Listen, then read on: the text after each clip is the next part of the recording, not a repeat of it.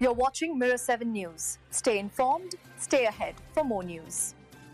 The Bank of Canada has just announced that its policy interest rate has been lowered by 0.25 percentage point, bringing it down to 2.5%. This marks a shift in the central bank's approach, as signs of weakness in both the global and domestic economy have become harder to ignore. The decision was taken to help balance risks and support growth, while keeping inflation expectations steady.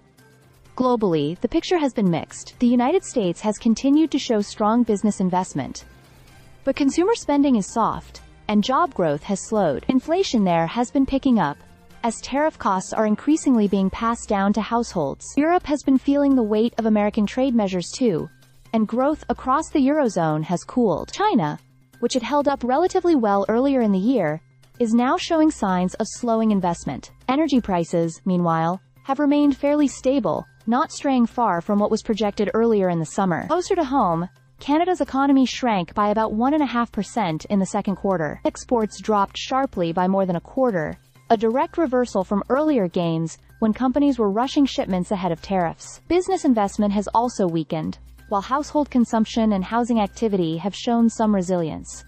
Despite that, the job market has softened. Employment has been falling over the past 2 months, especially in sectors most exposed to trade, and overall hiring has slowed.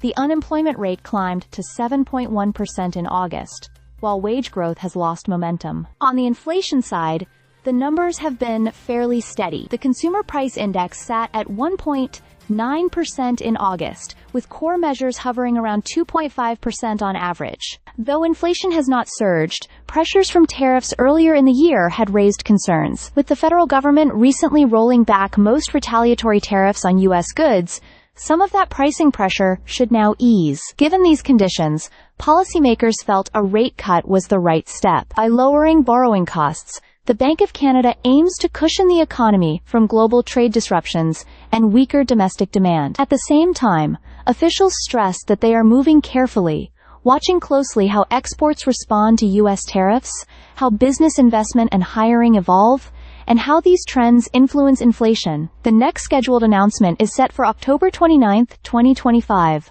alongside the bank's quarterly monetary policy report. Until then, attention will be focused on whether this rate cut will be enough to steady confidence and keep inflation expectations anchored, all while helping Canadian households and businesses navigate an uncertain global economy. Stay subscribed for more videos.